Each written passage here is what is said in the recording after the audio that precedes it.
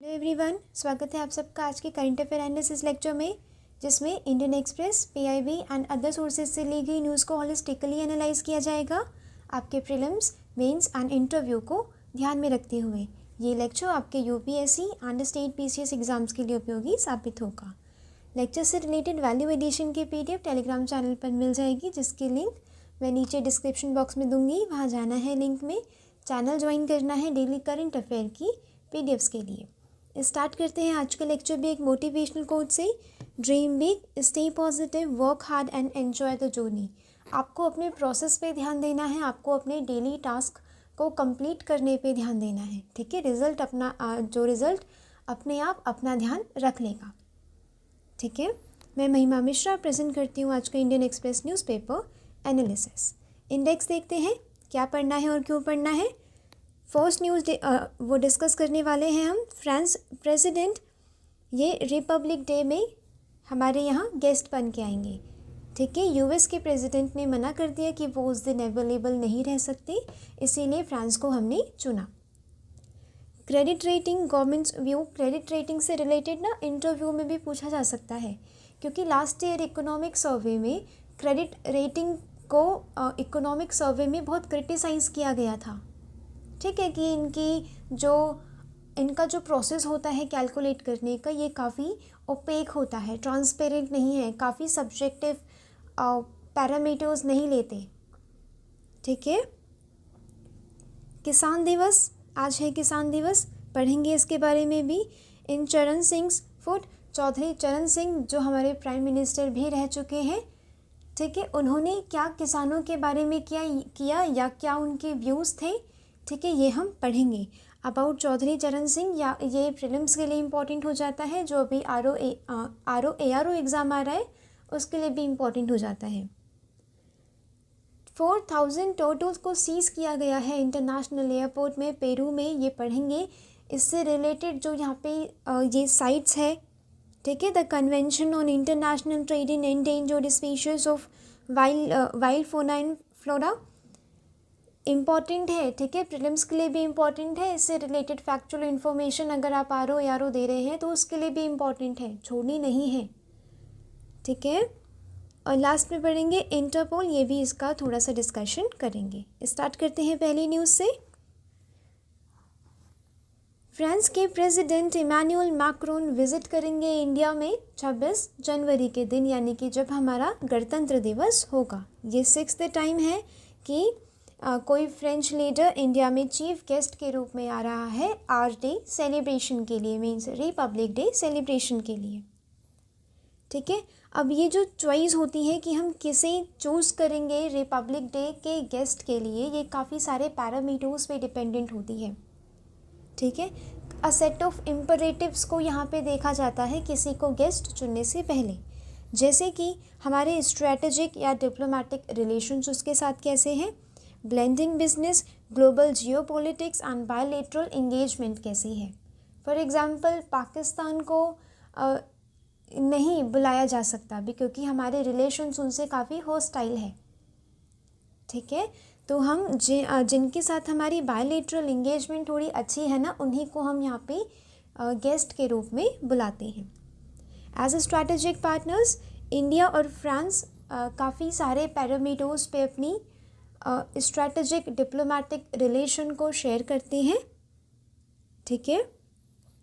This year we are celebrating 25th anniversary of India France strategic partnership, यानी कि India और France के जो स्ट्रैटेजिक पार्टनरशिप है उसे 25 साल हो गए हैं और हम वहीं सेलिब्रेट कर रहे हैं। Prime minister was the guest of honour as the Bastille day parade held on 14th July 2023 in Paris. ये चीज़ याद रखनी है, इम्पॉर्टेंट फैक्ट है, ठीक है, क्योंकि न्यूज़ में है। क्या बेस्टिल डे परेड जो फ्रांस में हुई थी, ठीक है, जो पेरिस में हुई थी, उसमें प्रधानमंत्री नरेंद्र मोदी ने भी पार्टिसिपेट किया था। फिर यहाँ पे प्रेसिडेंट मैक्रोन आए थे, उन्होंने विज़िट किया था G20 में। यहाँ पे हम काफ़ी सारे एरियाज़ में कोऑपरेट करते हैं, जैसे कि defence, security, space and civil nuclear matters, constitute the principal pillars, यानी कि इन दो देशों के बीच में जो रिलेशन है उसके बहुत ही इम्पॉर्टेंट पिलर्स हैं, security, defence, space and nuclear, civil nuclear matters. ठीक है, हम bilateral, trilateral and plurilateral forums में हम पार्टिसिपेट करते हैं। मैरीटाइम सिक्योरिटी के लिए हम बात करते हैं इंडो पैसिफिक रीजन। डिजिटलाइजेशन, जब आप इंडिया फ्रांस का रिलेशन लिखेंगे आईआर में तो आप ये चीज़ें मेंशन करेंगे और मल्टी डायमेंशनल वे में आप अपना आंसर प्रेजेंट करेंगे। Cyber security and advance computing, counter terrorism, climate change, renewables, sustainable growth among others. ठीक है, ये हमारे की मेन पिलर्स हैं जो हम जिस पे हमने अपनी स्ट्रैटेजिक पार्टनरशिप इस्टेब्लिश की है। ठीक है, फ्रांस इंडिया का सपोर्ट करता है कि यूनाइटेड नेशन सिक्योरिटी काउंसिल में उसे एक परमानेंट मेंबरशिप मिले। हमें परमानेंट मेंबरशिप नहीं मिल रही है। हम काफ़ी सारे सालों से स्ट्रगल करते आ रहे हैं कि हमें परमानेंट मेंबरशिप मिल जाए। परमानेंट मेंबरशिप बताया था मैंने, 5 नेशन जैसे हैं जिनके पास वीटो पावर है। तो ये कहीं ना कहीं जो डेवलपिंग कंट्रीज़ हैं जो अब आगे बढ़ रही हैं उनके खिलाफ एक डिस्क्रिमिनेशन है। ठीक है, इंडिया उसमें पार्टिसिपेशन चाहता है बट वो मिल नहीं रही है। रिफॉर्म्स, जैसे कि हम कहते हैं कि रिफॉर्म्स लाओ यूनाइटेड नेशंस में, वैसे ही फ्रांस भी इंडिया का सपोर्ट करता है इस बात में। ठीक है, न्यूक्लियर सप्लायर ग्रुप, मैंने ये वाला भी पढ़ाया है। न्यूक्लियर सप्लायर ग्रुप ज्वाइन करने के बाद हमें जो न्यू टेक्नोलॉजीज़ हैं रिलेटेड टू न्यूक्लियर फील्ड हमें वो एक्सेस हो जाएंगी। ठीक है, हम इसमें पार्टिसिपेशन चाहते हैं बट हमें पार्टिसिपेशन नहीं मिल रही है क्योंकि चाइना आड़े आ रहा है, चाइना बीच में आ रहा है। फ्रांस हमें इस बात में सपोर्ट करता है। आप बहुत पॉजिटिव पॉइंट्स लिखेंगे क्योंकि फ्रांस से रिलेशंस हमारे काफ़ी अच्छे हैं। इंडिया प्लेड अ की रोल इन फ्रांस मेंबरशिप, यानी कि फ्रांस को इंक्लूड करने के लिए in Indian Ocean Rim Association India ने एक की रोल प्ले किया है। वहीं फ्रांस भी सपोर्ट करता है इंडियन ओशन कमीशन में इंडिया की मेंबरशिप के लिए और एक एज एन ऑब्जर्वर कंट्री। ठीक है, ये बातें ध्यान रखनी है अगर आप इंडिया फ्रांस के रिलेशंस को डिस्कस करेंगे अपने जीएस पेपर 2 इंटरनेशनल रिलेशंस में। ठीक है, इसीलिए मैं वही हाईलाइट करती हूँ जो आप सबके लिए इम्पोर्टेंट है। ठीक है, इससे पहले यहाँ पे एक लिस्ट दी गई है कि कौन कौन से फ्रेंच के गेस्ट थे। ठीक है, कभी प्राइम मिनिस्टर कभी प्रेसिडेंट यहाँ पे आया करते हैं। हमें पिछला वाला याद रखना है, पिछला वाला हमें याद रखना है, बाकी सारे आप छोड़ भी देंगे, नहीं भी याद रखेंगे तो भी कोई बात नहीं। इनसे जो पहले हैं उनके बारे में हमें याद रखना है। नेक्स्ट देखेंगे credit ratings, the governments views.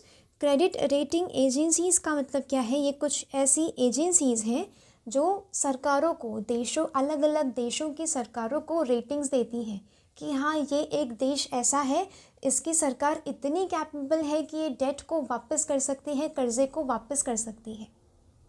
ठीक है, अब वो काफ़ी अलग अलग पैरामीटर्स को ध्यान रखते हैं। 3 मेन एजेंसीज़ है यहाँ पे, कौन सी? Moody's, standards and Poor's and Fitch. Moody सबसे ओल्डेस्ट है, ये बात थोड़ी सी याद रखनी है, इसीलिए मैंने ये चीज़ हाईलाइट की है आपके ARO एग्ज़ाम के लिए। मूडी ओल्डेस्ट है, 1900 में इस्टेब्लिश हुई है। ये कुछ मतलब ऐसी एजेंसीज़ हैं जो गवर्नमेंट को रेट करेंगी कि हाँ इस देश की गवर्नमेंट पैसा वापस कर सकती है। अब इससे क्या होता है, वहाँ के बिज़नेस पे भी इफ़ेक्ट पड़ता है। यानी कि अगर इंडिया की रेटिंग थोड़ी कम है, इंडिया को कम रेटिंग मिली है, तो क्या होगा, यहाँ के बिज़नेस जब इंटरनेशनल फाइनेंस में जाएंगे, ठीक है, यानी कि जो फाइनेंस है उसे एक्सेस करने के लिए अगर इंटरनेशनल मार्केट में जाते हैं तो उन्हें काफ़ी हायर इंटरेस्ट यानी कि बहुत ज़्यादा ब्याज उन्हें भरना पड़ेगा। वहीं अगर इंडिया की रेटिंग काफ़ी हाई है, यानी कि हाँ इंडिया अच्छे से लोन पे कर सकता है, डेट को पे कर सकता है, तो यहाँ के बिजनेसमैन अगर इंटरनेशनल फाइनेंस की तरफ रुख करते हैं तो उन्हें कम ब्याज में पैसा मिल जाएगा। ठीक है, ये थोड़ा बहुत अभी समझना इम्पॉर्टेंट है, इंटरव्यू में पूछा जा सकता है, क्योंकि इकोनॉमिक सर्वे में भी इसे पिछले साल डिस्कस किया गया था और इस साल ये फिर से न्यूज़ में आया है, इसीलिए आपको प्रिपेयर करना इम्पॉर्टेंट है।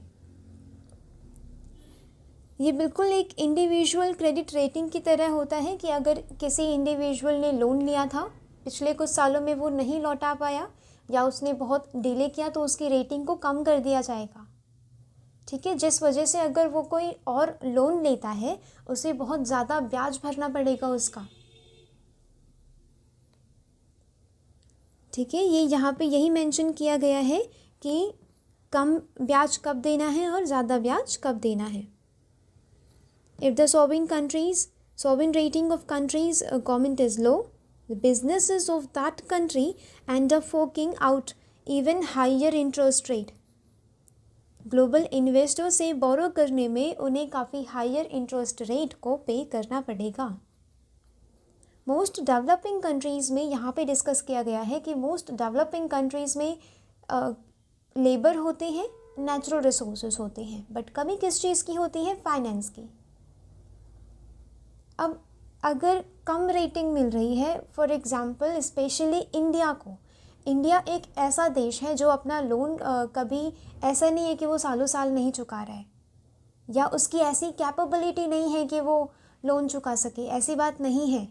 ठीक है, फिर भी अगर कम रेटिंग मिलती है तो ये कहीं ना कहीं इंडिया के डेवलपमेंट के आड़े आएगा।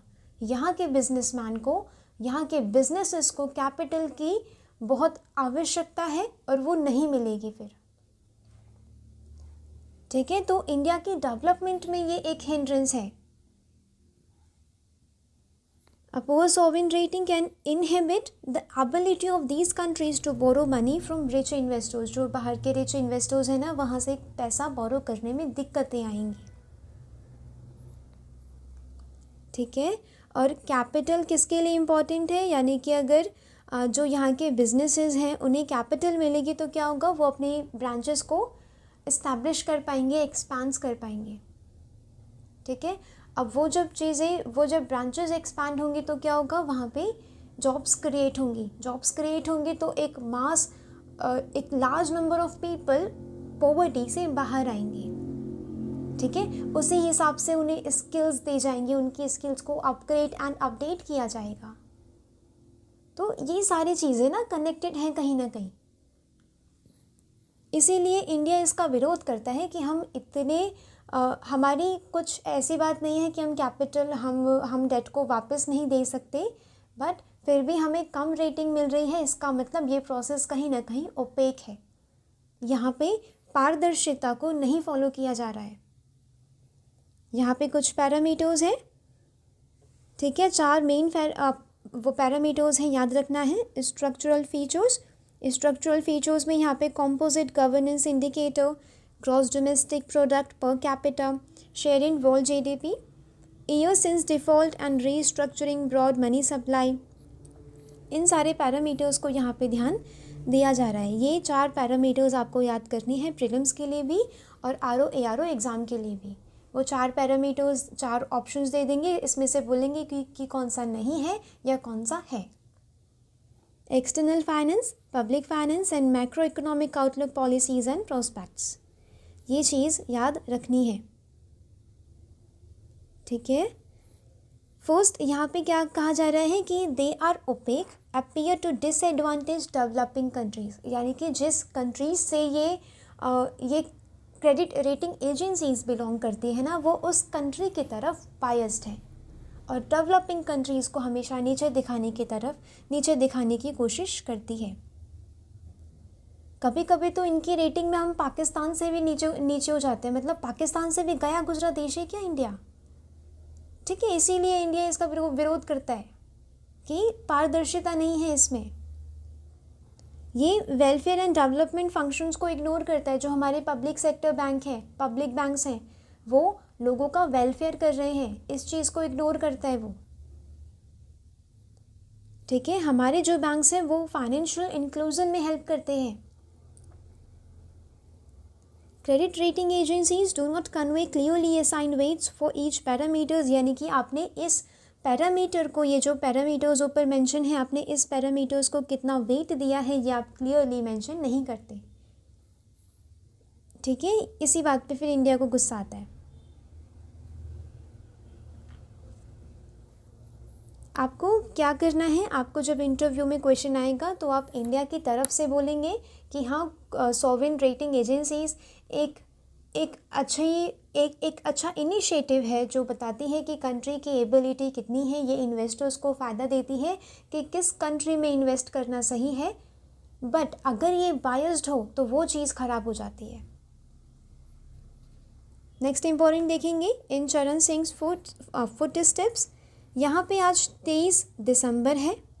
यहाँ पे एडिटोरियल में क्या डिस्कस किया जा रहा है, जो चौधरी चरण सिंह थे, हमारे प्राइम मिनिस्टर भी रह चुके हैं। ठीक है, उन्होंने क्या स्टेप्स लिए या उनकी क्या सोच थी हमारे किसान और फार्मिंग के बारे में।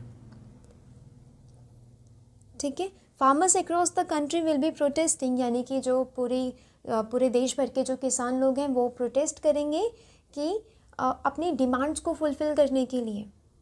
और डिमांड्स क्या होती हैं, वो अनचेंज्ड हैं, अभी भी वो चेंज नहीं हुई हैं। लोन्स को माफ़ कर दो, मिनिमम सपोर्ट प्राइस को बढ़ा दो, फ्री इलेक्ट्रिसिटी कर दो, increased allocations for agriculture in range of subsidies, यानी कि ये फ्री वो फ्री सब्सिडी दे दो।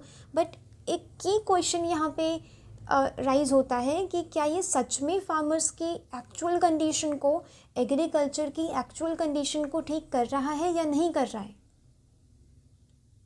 ठीक है, रूरल इंडिया में वो अभी भी अनअल्टर्ड है कास्ट और क्लास बेसिस पे। वहाँ पे डोमिनेंट कास्ट फार्मिंग में, एग्रीकल्चर में डोमिनेट करती है। Dominant caste M.N.. श्रीनिवास का कॉन्सेप्ट है, राइट। डोमिनेंट कास्ट में क्या होता है कि कुछ या तो अपर कास्ट है, ठीक है, ब्राह्मण कम्युनिटी से, या तो कुछ क्षत्रिय या फिर ओबीसी मान सकते हैं। जैसे कि यूपी और बिहार में ना ओबीसीज डोमिनेंट है, ठीक है, क्योंकि उनका लार्ज नंबर है, उनके पास पॉलिटिकल वॉइस है, पॉलिटिकल एक्सेस है उनके पास। ठीक है, अब वो जब जो डोमिनेंट कम्युनिटी है ना, जो डोमिनेंट कास्ट है, वो डोमिनेट कर जाती है एग्रीकल्चर सेक्टर में। उनके पास बहुत बड़े बड़े लैंड फार्म्स होते हैं, लैंड होल्डिंग्स होती हैं। बट यहाँ पे ऑथर कह रही हैं कि आप उन पे फोकस करिए जो मेजॉरिटी पार्ट कॉन्स्टिट्यूट करते हैं, वो है small, medium and marginal farmers. ठीक है, मेजॉरिटी क्या है, लो रैंक्ड है और वो लेबरिंग कास्ट से बिलोंग करते हैं। It must be acknowledge for that many income does not comes from farms, यानी कि जो मार्जिनल एंड जो स्मॉल फार्मर्स हैं उनके लिए इनकम फार्म्स से नहीं आती, बल्कि नॉन फार्मिंग एक्टिविटीज़ से आती है। Increased agriculture productivity has not assured nutritional security. Green revolution की वजह से क्या हुआ, हमने सिर्फ प्रोडक्टिविटी को बढ़ाने में ध्यान दिया, जिससे कहीं ना कहीं हमने न्यूट्रिशन को साइडलाइन कर दिया। हमने केमिकल्स का ज़्यादा यूज़ करना शुरू कर दिया। इरिगेशन को हम उन एरियाज़ में लेके गए जहाँ पे नहीं है उतनी, जहाँ पे मानसूनल रेन उतनी नहीं होती। ठीक है, अब इस वजह से क्या हो रहा है, जो सूखे रीजन्स हैं, Punjab, Haryana, Rajasthan, eastern Rajasthan, western UP, अब यहाँ पे जो सूखे एरियाज़ है, यहाँ पे इरिगेशन से हमने एग्रीकल्चर करना स्टार्ट किया। स्पेशली हमने वहाँ पे पैडी उगाना शुरू किया। पैडी में इतना सारा पानी लगता है, ग्राउंड वाटर एक्सट्रैक्शन हो रहा है, ठीक है, ग्राउंड वाटर टेबल वहाँ की ख़त्म हो रही है। तो ये इकोलॉजिकल भी कॉन्सिक्वेंसेस, इसके बैड कॉन्सिक्वेंसेस कहीं ना कहीं देखने को मिलते हैं। न्यूट्रिशनल सिक्योरिटी उतनी नहीं है, फार्मर्स की इनकम उतनी नहीं है, सिर्फ डोमिनेंट ग्रुप की है, डोमिनेंट कास्ट की है, और जो फार्मर्स स्मॉल एंड मार्जिनल हैं उनके हाथ कुछ नहीं लगता। It is the time that attention is paid to catering the needs of the majority, यानी कि मेजोरिटी के हमें नीड्स पे ध्यान देना होगा, जो लैंडलेस है, स्मॉल एंड मार्जिनल फार्मर्स हैं, इंक्लूडिंग आदिवासी कल्टीवेटर। जीएस पेपर 3 में अगर कोई क्वेश्चन आता है तो आप आदिवासी कल्टीवेटर को नहीं भूलेंगे, ठीक है, इंटरव्यू में भी, ये आपका एक होलिस्टिक एंड एम्पैथेटिक एटीट्यूड दिखाएगा towards these weaker communities, weaker agricultural communities और स्ट्रक्चर। ठीक है, given that the ecological degradation of soil, biodiversity, forest, water bodies is aggravating the impact of climate change. अब एग्रीकल्चर से जो हम unsustainable agriculture practices कर रहे हैं उसकी वजह से क्या हो रहा है, ग्लोबल वार्मिंग को एक पुश मिल रहा है, ट्रिगर मिल रहा है। Must be provided to even enable small and marginal farmers को, यानी कि हमें उन्हें इंसेंटिव्स देने चाहिए कि वो अपनी फार्म लैंड को कंसोलिडेट करें, सस्टेनेबल एग्रीकल्चरल प्रैक्टिसेस में आए, जिसमें सरकार की तरफ से एक सहारा देना चाहिए। ठीक है, अब सस्टेनेबल एग्रीकल्चरल प्रैक्टिसेस का मतलब है कि वहाँ पे केमिकल्स का कम यूज़ करना, मशीनरी का यूज़ करना ताकि प्रोडक्शन भी ज़्यादा हो। ठीक है, अब ये चीज़ वो अपने घर से तो नहीं लगा सकते पैसे, राइट, क्योंकि उनके पास इतने मतलब होते भी नहीं, थोड़ी बहुत इनकम आती है, फैमिली का गुजारा हो जाता है। यहाँ पे सरकार को पुश करना पड़ेगा, सरकार को इंसेंटिव्स देने होंगे उन्हें। State support needs to focus on promoting democratic and decentralized planning that combines habitat and ecological restoration with the appropriate agricultural practices. बहुत ही ज़्यादा इम्पॉर्टेंट लाइन है। अगर स्मॉल एंड मार्जिनल फार्मर्स की अगर कुछ एक्सप्लॉयटेटिव सिचुएशन को दिखाया जाता है ना, तो आप ये चीज़ मेंशन करेंगे। ठीक है, बहुत ही ज़्यादा इम्पॉर्टेंट, एंड इसके कीवर्ड्स बहुत इम्पॉर्टेंट हैं।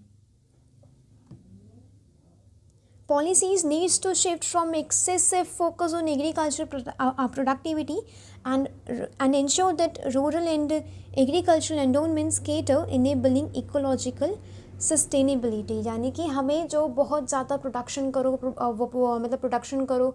अब ज़्यादा प्रोडक्शन से क्या होता है, हमारे पास स्टॉक में हो जाता है। ठीक है, अब स्टॉक में भी मतलब उतना ध्यान नहीं रखा जाता गोडाउन्स में, और वो सारा वेस्टेज में जाता है। ठीक है, स्टॉक रखना सही है। जैसे कि कभी फेमाइन की सिचुएशन हुई तो सही है, कोई डिज़ास्टर आया सही है, हम दूसरी कंट्रीज़ को एड देते हैं, सही है। ठीक है, बट प्रोडक्शन के साथ साथ हमें इकोलॉजिकल सस्टेनेबिलिटी पे भी ध्यान देना होगा। ये चीज़ें याद रखनी है, इम्पॉर्टेंट है। ठीक है, region specific farming practices and grain distribution can be the bedrock for the promote local food culture and sustainable nutritional diet।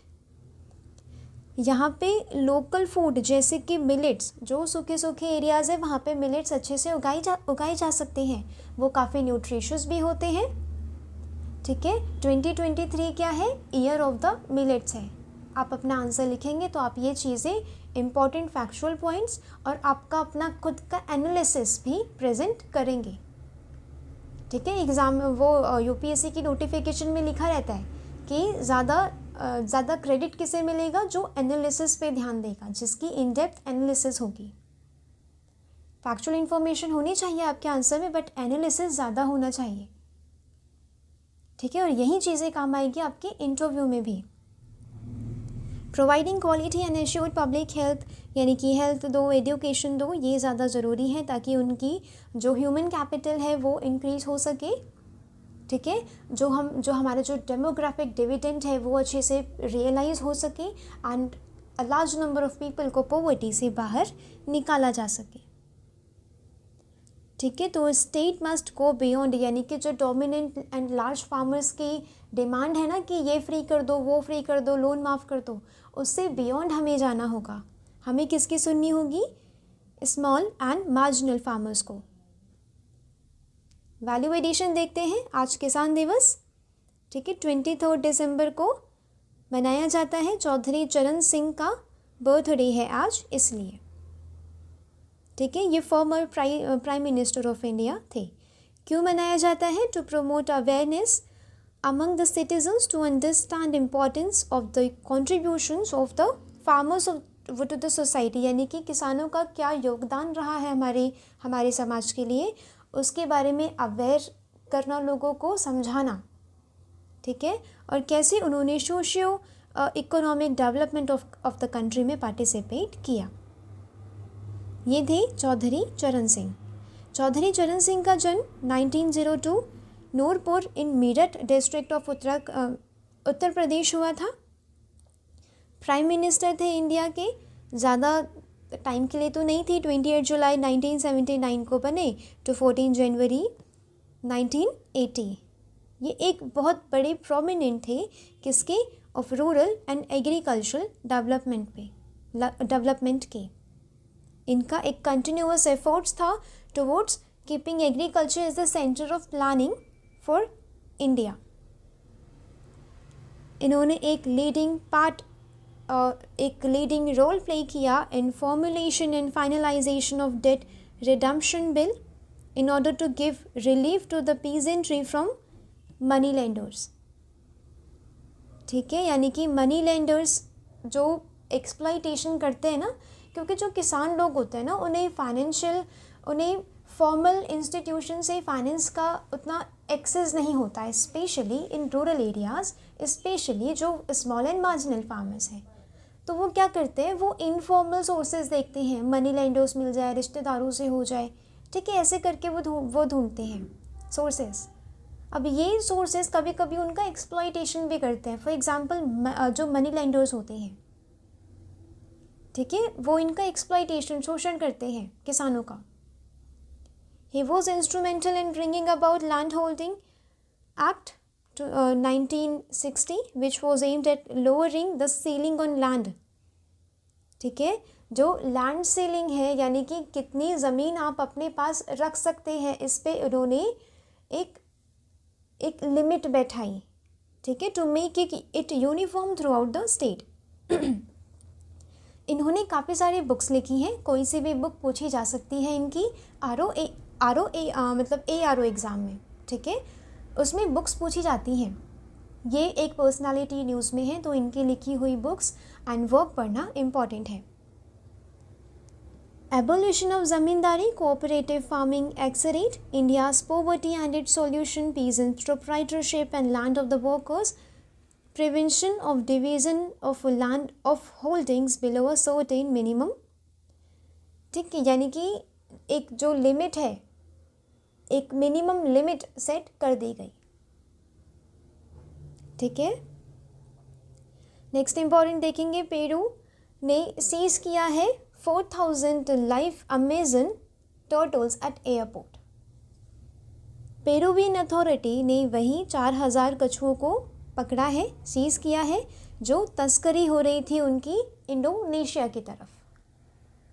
Among the reptiles व बेबी एरो, ये टर्टल्स थे, जो लार्जेस्ट रिवर टर्टल है इन south America. Peru कौन सी country है, south American country है। ठीक है, and the yellow spotted river turtle जो मिले हैं एक बॉक्स में। बोथ टर्टल्स ये साइट्स में, यानी कि convention on international trade in endangered species के फना एंड फ्लोरा में अपेंडिक्स 2 में आते हैं। ठीक है, जिसमें which requires tracking and regulation of trade, यानी कि इनका ट्रेड कैसे हो रहा है, इलीगल माध्यम से तो नहीं हो रहा है, कहीं तस्करी तो नहीं हो रही है, इन सब का ध्यान रखना अपेंडिक्स 2 में होता है, और इन दोनों स्पीशीज़ को वहाँ पे रखा गया है। द इंटरनेशनल यूनियन यानी कि IUCN क्या कहता है, रेड स्पॉटेड रिवर टर्टल ये 2nd largest fresh water turtle है इन द अमेजन, ये वुल्नरेबल है टू एक्सटिंक्शन। इंटरपोल के हिसाब से ये वाला GS पेपर 3 के लिए बहुत इम्पॉर्टेंट डेटा हो जाता है। जब आप illegal wildlife flora and fauna के जब आप लिखेंगे, ठीक है, आंसर लिखेंगे उसमें, तो ये डाटा इम्पॉर्टेंट है। इंटरपोल के हिसाब से black market for illegal wildlife products worth up to $20 billion per year.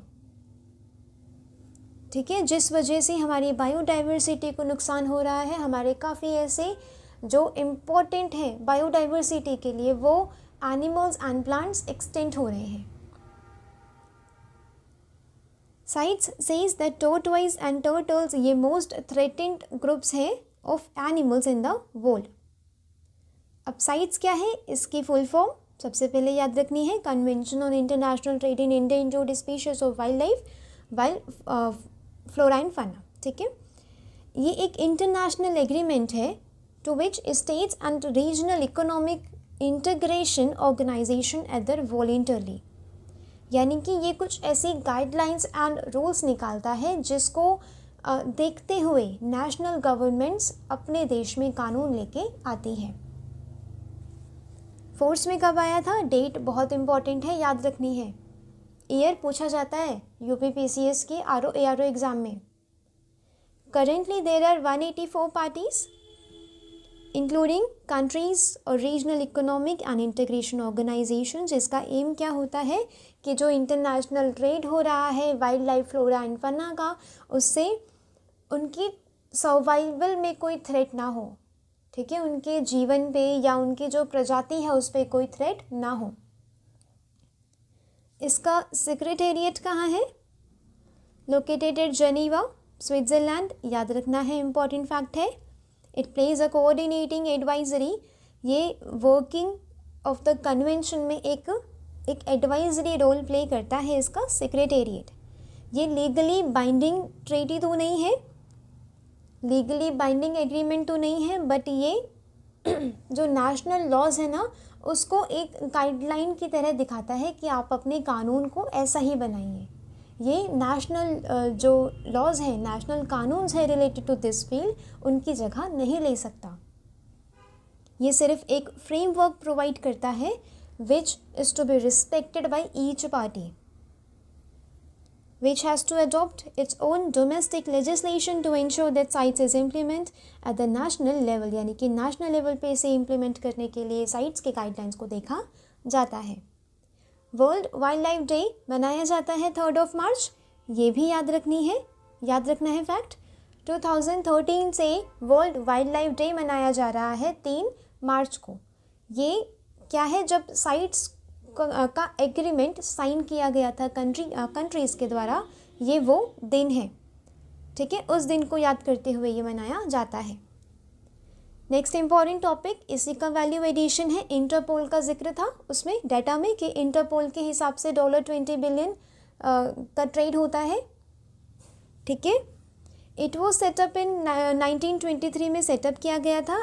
A secure information sharing platform है which facilitates criminal investigation of police forces across the globe, यानी कि crime से related repository कौन है, interpole है, international level पे, ठीक है। इसका हेडक्वार्टर कहाँ है, लियोन फ्रांस में। It keeps the tracks of the movement of criminals and those under the police radar, ठीक है। ये उनके क्रिमिनल्स की मूवमेंट को ट्रैक करता है और जो नेशनल गवर्नमेंट्स है ये उन्हें उनका ब्यौरा देता है या इंफॉर्मेशन प्रोवाइड करता है, ठीक है। तो ऐसे करते हैं न्यूज़पेपर का एनालिसिस कि आपने एक पर्टिकुलर न्यूज़ पढ़ी, उसमें से अपने लिए prelims, mains and interview point of view से आप इंपॉर्टेंट चीज़ें निकालेंगे। सिर्फ सुपरफिशियली नहीं पढ़ना है, सुपरफिशियली पढ़ेंगे तो आपका न्यूज़पेपर 15 मिनट्स में कंप्लीट हो जाएगा। आपको इन डेप्थ एनालिसिस करना इम्पॉर्टेंट है, वो एक्चुअल में यूज़ होता है न्यूज़पेपर का। तभी टॉपर्स ऐसे नहीं कहते कि न्यूज़पेपर बिल्कुल की रहा है मेरी प्रिपरेशन में, वो इसीलिए कहते हैं क्योंकि उनका इन डेप्थ एनालिसिस रहा है। लेक्चर से रिलेटेड वैल्यू एडिशन की PDF टेलीग्राम चैनल पर मिल जाएगी, जिसके लिंक मैं नीचे डिस्क्रिप्शन बॉक्स में दूंगी। ज्वाइन करना है चैनल डेली करंट अफेयर के PDFs के लिए, या आपको आज के आज ही नोट कर लेना है। मैंने जितना भी वैल्यू एडिशन बताया या जितने भी मैंने इंपॉर्टेंट लाइंस बताई वो आपको आज के आज ही नोट कर लेना है अपने मेंस एंड इंटरव्यू के लिए। जो प्रीलिम्स के लिए बताया वो भी नोट कर लेना है, ताकि आपके पास खुद के बनाए हुए नोट्स हो जो एग्ज़ाम के दो दिन पहले भी रिवाइज किए जा सकें। PDFs कलेक्ट करते आपको नहीं रह जाना है। तो मिलते हैं मंडे को, कल है संडे। मैंने वीक में पूरे हफ्ते में मैंने जितना भी पढ़ाया है आप उतना रिवाइज करेंगे, क्योंकि अगर रिवीजन को टाइम नहीं दे रहे हैं, पढ़ते जा रहे हैं आगे, तो उसका भी कोई फ़ायदा नहीं है। रिवीजन इज़ द की, ठीक है। कल का टाइम है आपके पास पूरा रिवाइज करने के लिए। आप अपने सब्जेक्ट्स रिवाइज करिए, जो मैंने यहाँ पे वैल्यू एडिशन करवाया है वो वाले टॉपिक्स रिवाइज करिए, तब आपकी एक्चुअल एक स्ट्रैटेजिक प्रिपरेशन होगी। संडे का न्यूज़पेपर मैं देख के रखूँगी, कुछ इम्पोर्टेंट अगर मिलता है तो मैं वो छूटने नहीं दूँगी, मैं वो आपको मंडे को करवा दूँगी। ठीक है, तो आपको बेफिक्र होकर कल सिर्फ अपना रिवीजन डे रखना है। तो मिलते हैं मंडे को। Thanks for watching, thank you so much.